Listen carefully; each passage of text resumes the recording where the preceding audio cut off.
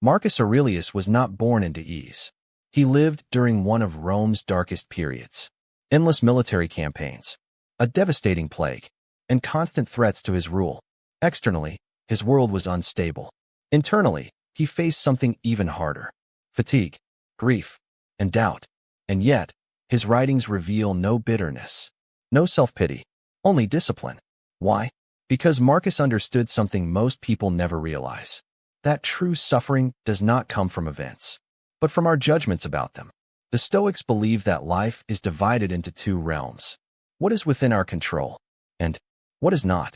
You cannot control other people's actions, unexpected loss, aging, illness, or death, but you can control your thoughts, your choices, your values, and your response. This internal domain was described as a citadel, a fortress that no external force can breach.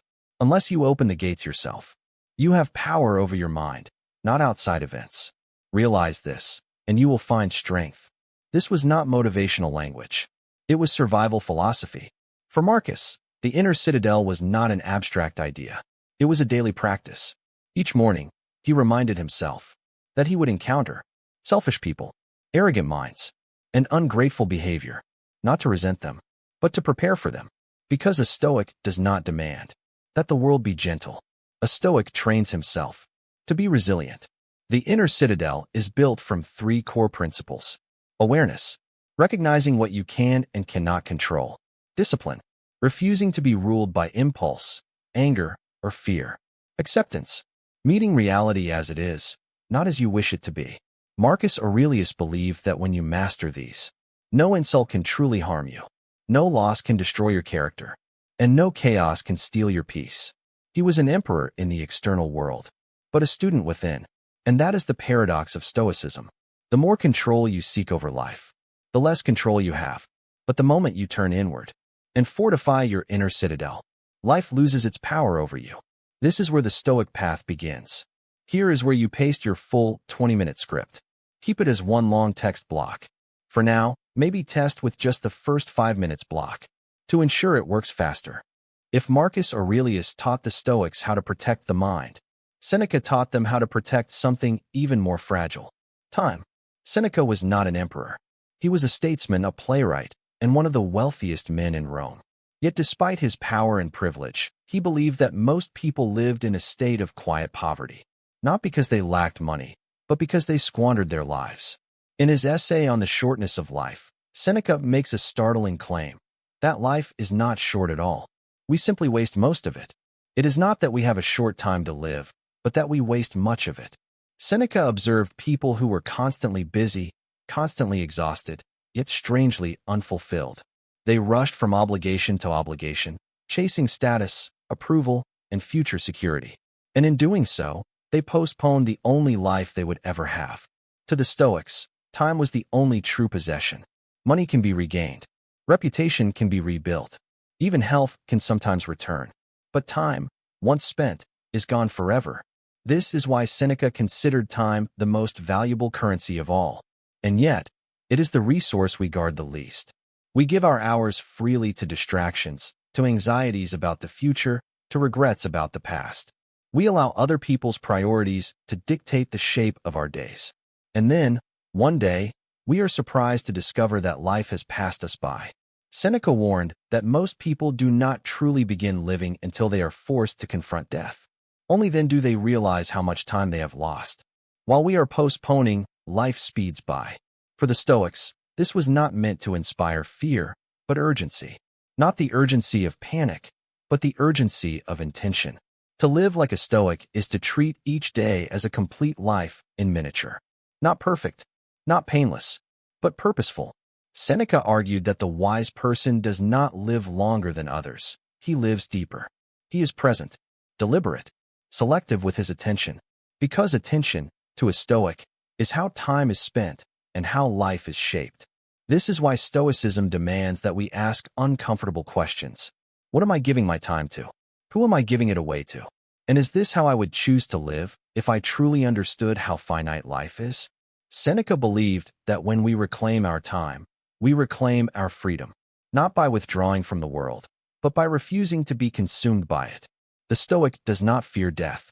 He fears a life unlived. And once you understand the value of time, you begin to understand why mastering yourself is the only task that truly matters.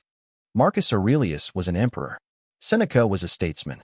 But the Stoic who spoke most clearly about freedom was once a slave. His name was Epictetus. He was born without status, without wealth, without power. As a young man, Epictetus was owned by a Roman master. His body belonged to someone else. His time was not his own. Even his pain was ignored. According to tradition, his leg was once broken by his owner.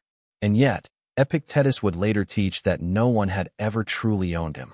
Because while his body was enslaved, his mind was not. Epictetus did not write books. He did not seek fame. His ideas were preserved by his students and collected into a short, practical handbook, a guide for living. The Stoics called it the Enchiridion, the manual, not theory, not abstraction, instructions. At the very beginning of the Enchiridion, Epictetus presents a single idea that would define Stoicism forever. Some things are up to us, and some things are not. This distinction is simple, and it is devastating, because most human suffering comes from confusing the two. We try to control other people's opinions, the past, the future, chance, fortune, loss.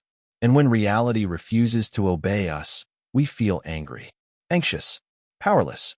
Epictetus argued that this is not fate's cruelty. It is a mistake of judgment. Your body can be confined. Your reputation can be destroyed. Your possessions can be taken. But your judgment, your interpretation, your response, these belong to you alone. No one can touch them unless you surrender them. This is why Epictetus defined freedom in a way that shocked the ancient world. Freedom was not political, not economic, not social. Freedom was internal. To be free was to want nothing that depended on chance. Epictetus taught that we do not suffer because events are painful. We suffer because we demand that reality be different from what it is. We say, this should not have happened. They should not treat me this way. My life should be easier. And in doing so, we place our peace in the hands of forces we cannot control. Epictetus offered a harder path, but a stronger one. Do not ask for events to happen as you wish. Wish for them to happen as they do. This was not passive acceptance. It was strategic clarity, a refusal to waste energy on the impossible. In this way, Epictetus transformed suffering into training. Insult became practice. Loss became instruction. Adversity became refinement. The Stoic does not deny pain. He denies pain the power to rule him. Because the final freedom, the only freedom that cannot be taken, is the freedom to choose who you are in every moment. A slave who masters his judgments is freer than a king enslaved by his desires. Epictetus never escaped hardship, but hardship never escaped him unchanged. He met it with discipline, with clarity, with choice. And that is the Stoic promise. You may not control the world you are born into, but you will always control the soul you bring to it. And once you understand this, once you truly accept it, nothing, no circumstance, no loss, no fear, can ever take your freedom away. Stoicism was never meant to stay in books. It was not written for libraries, or lecture halls, or quiet admiration. Stoicism was forged in war rooms, in exile, in sickness, and in loss. It is not a philosophy of comfort. It is a battlefield philosophy, designed for people who must face pressure, uncertainty, and pain, and still act with clarity. The Stoics did not ask, how do I feel better? They asked, how do I become stronger? And they left behind tools, simple, demanding, and relentlessly practical. Each morning, before the world makes its demands, the Stoic prepares. This practice is called premeditatio malorum, the premeditation of adversity. You imagine, briefly and calmly, what could go wrong today. Delays, criticism, failure, loss. Not to dwell in fear, but to remove surprise. Because nothing shakes us more than what we believe should not have happened. When the Stoic rehearses difficulty, he meets it ready. And when it does not come, he is grateful. The second practice goes even further. A more fatty, love of fate, not passive acceptance, not resignation, but active agreement with reality. Every obstacle becomes material. Every setback becomes training. Every hardship becomes fuel. The Stoic does not ask, why is this happening to me? He asks, how is this shaping me? Because character is not revealed in ease. It is forged under resistance. When you stop fighting reality, you reclaim your energy. And when you use that energy to act with virtue, nothing is wasted, not even pain. At night, when the world finally quiets, the Stoic looks inward. This is the evening review. 3 questions. No excuses. What did I do well today? What did I do poorly? What will I do better tomorrow? Not with self-hatred, not with guilt, but with precision. Because improvement begins with honesty. The Stoics believe that if you do not examine your life, someone else will shape it for you, and you may not like the result. Stoicism does not promise happiness. It promises strength. It does not remove hardship. It removes fear of hardship. You cannot control the century you are born into. You cannot control the past you inherited. You cannot control everything that happens to you. But you can control who you become, starting now. In a world obsessed with comfort, the Stoic chooses discipline. In a world driven by impulse, the Stoic chooses reason. In a world that reacts, the Stoic responds. This is not about being emotionless. It is about being unbreakable. Master your judgments.